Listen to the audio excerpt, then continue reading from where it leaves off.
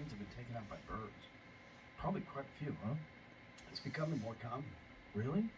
You never know if something's more common or is the media just that much more accessible Right. with everything. I always wonder with that. Like, as the population grows, things make sense. It gets more of whatever. Right. But you just don't know this day and age. Like, it's, when there's fucking how many 24/7 news channels all trying to report and get an exclusive story. Mm-hmm. It's like, And some of them just straight up gaslighting you. Oh, yeah. Gaslighting you on the news. If I shit my pants right now, like just legit shit my fucking pants, like it would be the biggest story of this week, maybe next week. It'll be a big one. That loser, he shit his pants. As if it's never happened to you. Well, it's not like the left-wing media's reporting any good stuff I do. No. Well, I'm just in their sights. What we need is a non-wing media. That's what we need. There should be value in just the news, and that's what Dr. Phil wants to do. That's supposed to be the AP. Yeah, it's supposed to be, but it's not anymore. Because I think journalists, at some point in time, at least corporate journalists, a big percentage of them decided that they're working towards a better future. They're activists, and I think some of those people are not very charismatic, and they're people don't like them that much. They just happen to be on television. But why do many of these people refuse to retire? Because now they have a career. They have that's all they it's have. Their identity. Mm-hmm. It's their identity. It's like they're 75 years old plus. Yep. They refuse to go away. Yeah, they won't go away.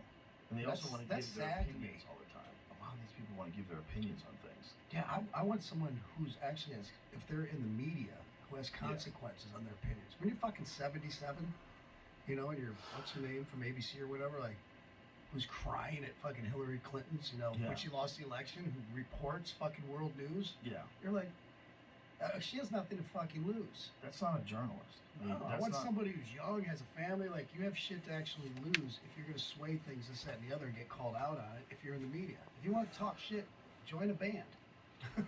I just feel like we need objective news with no spin at all. Absolutely. And not coming out of a place where you don't want to report on a certain thing because it makes Trump look good. Not just look at what are the facts? What are we dealing with? Like, what are we dealing with in terms of the economy? What are we dealing with in terms of international conflict? What are the facts? What's actually happening? Don't twist it in some weird liberal or conservative way. If they went by facts and things like that, there's no one been better than Trump.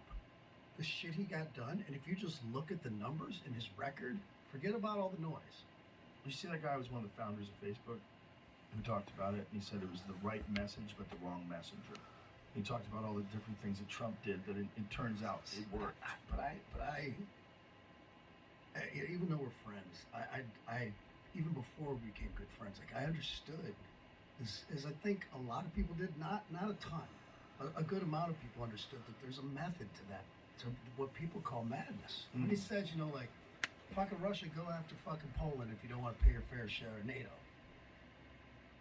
My sense tells me, no, he's never going to let that happen. But he's going to fucking go in there and fucking let them know you're going to pay your fucking money. He's not going to let that happen.